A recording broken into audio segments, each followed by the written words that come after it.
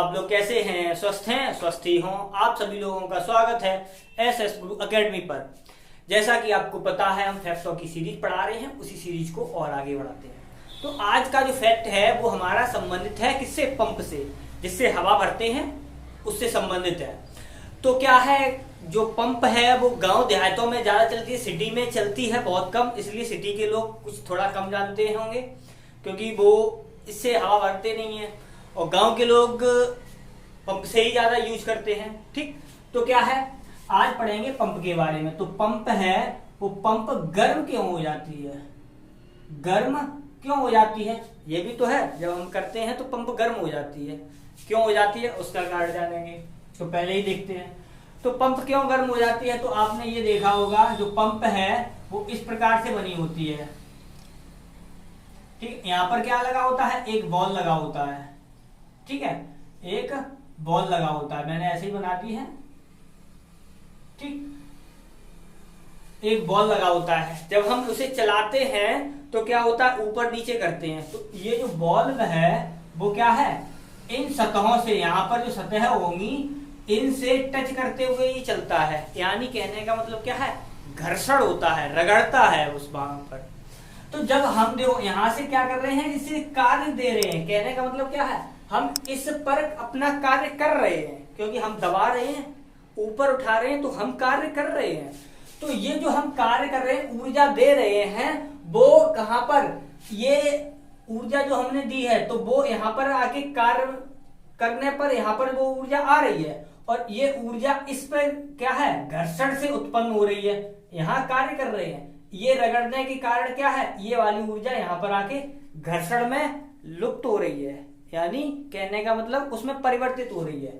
अब यहाँ पर घर्षण में परिवर्तित होने का मतलब क्या है, घर्षण में परिवर्तित होने का मतलब ये है, जब हमने यहाँ कार्य किया तो ये यहाँ पर रगड़ा, रगड़ने पर क्या हुआ, जो हमने यहाँ पर ऊर्जा दी थी या कार्य किया था वो ऊर्जा यहाँ पर किसमें, ऊष्मा के रूप में निकलेगी, ऊष्मा के रूप में निकलती है।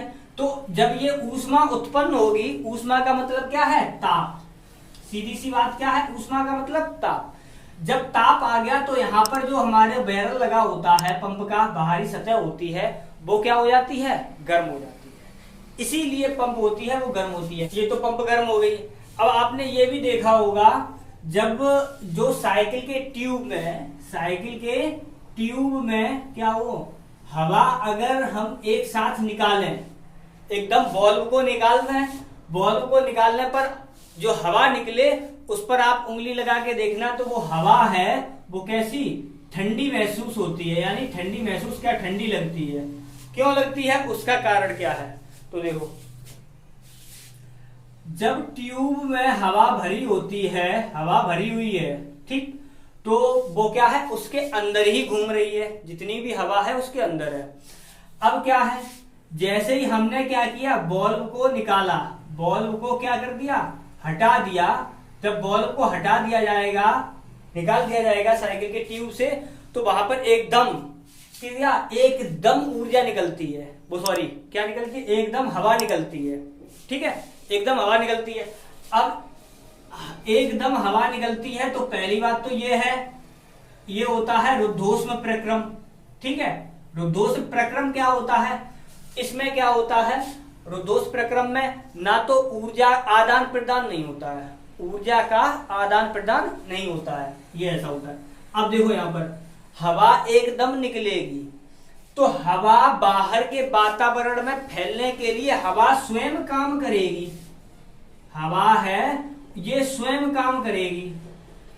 ठीक है, जब हवा स्वयं काम करती है तो उस कंडीशन में क्या होगा, इसका जो हवा का ताप होगा, इसका जो ताप होगा, क्यों, स्वयं कार्य कर रही है। जब स्वयं कार्य करेगी इसका मतलब क्या है, अपनी ऊर्जा को खर्च करेगी। इस हवा में ऊर्जा है, वो ऊर्जा को खर्च करेगी। जब ये ऊर्जा खर्च होगी तो क्या, ऊर्जा में कमी आएगी। कमी आने का मतलब क्या है, इसका जो ताप होगा वो कम हो जाएगा। जब ताप कम हो जाएगा, तो जब किसी का ताप कम हो जाएगा तो वो ठंडी तो वैसे भी लगेगी। तो पॉइंट क्या है, यहां से अगर हम बॉल को निकाल देते हैं तो उस कंडीशन में जो हवा ट्यूब के अंदर भरी होती है वो बाहर निकलती है, फैलती है चारों ओर। तो उसे क्या करना पड़ता है, इस वातावरण में फैलने के लिए खुद काम करना पड़ता है। खुद काम करेगा कोई तो क्या होता है, उसकी ऊर्जा कम होती है।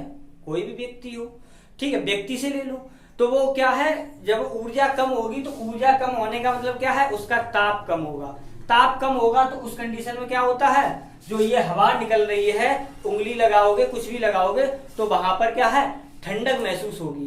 तो इसीलिए क्या है, बॉल को निकालने पर हवा ठंडी महसूस होती है। अगला फैक्ट क्या है, आपने ये देखा होगा, टायर होते हैं, चाहे साइकिल का हो चाहे मोटरसाइकिल का हो, तो वो गर्मियों में ही क्यों फटते हैं, वो देखते हैं, क्योंकि एकदम फटते हैं गर्मी में, तो देखते हैं टायर हैं, देखो टायर के अंदर क्या होता है, ट्यूब। क्या होता है, फटता तो ट्यूब है, लेकिन ट्यूब के कारण कभी कभी टायर भी फट जाता है। लेकिन ये कब ज्यादा फटते हैं, गर्मी में, और गर्मी में ही क्यों फटते हैं उसका कारण जानेंगे।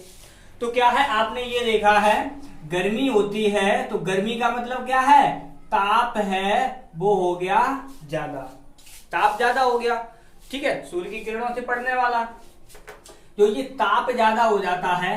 अब क्या है, टायर कहां चलता है, हमारे सड़क पर। कहां चलता है, सड़क पर चलता है। टायर और सड़क के बीच में क्या लगेगा, घर्षण बल लगेगा। क्या लगेगा, घर्षण बल। जब कोई चीज एक सतह से दूसरी सतह पर रगड़ी जाती है या चलती है, तो वहां क्या, कौन सा बल कार्य करता है, घर्षण बल कार्य करता है। अब जब घर्षण बल लग रहा है तो क्या होता है, ये इस यानी सड़क पर चलता है, घूमता है। घर्षण बल के कारण क्या है, उसका लगातार ताप बढ़ रहा है। क्यों, कोई चीज रगड़ रही, जैसे सपोज करो ये है, इस पर हम रगड़े तो इसका भी ताप बढ़ेगा, इसका भी ताप बढ़ेगा। अब ये चल रहा है, ठीक है, सड़क का तो सूर्य के कारण, सूर्य की किरणों के कारण ताप वैसे ही बढ़ा हुआ है। अब क्या है, यहाँ पर घर्षण के कारण इस टायर का भी ताप बढ़ता है। जब टायर का ताप बढ़ेगा तो टायर के अंदर क्या है, ट्यूब है, तो ट्यूब का भी तो ताप बढ़ेगा, ट्यूब का भी ताप बढ़ेगा। तो ट्यूब के ताप बढ़ने से क्या होगा, तो ट्यूब के ताप बढ़ने से वहां पर क्या होता है, वायु दाब है वो क्या हो जाता है, बढ़ जाता है।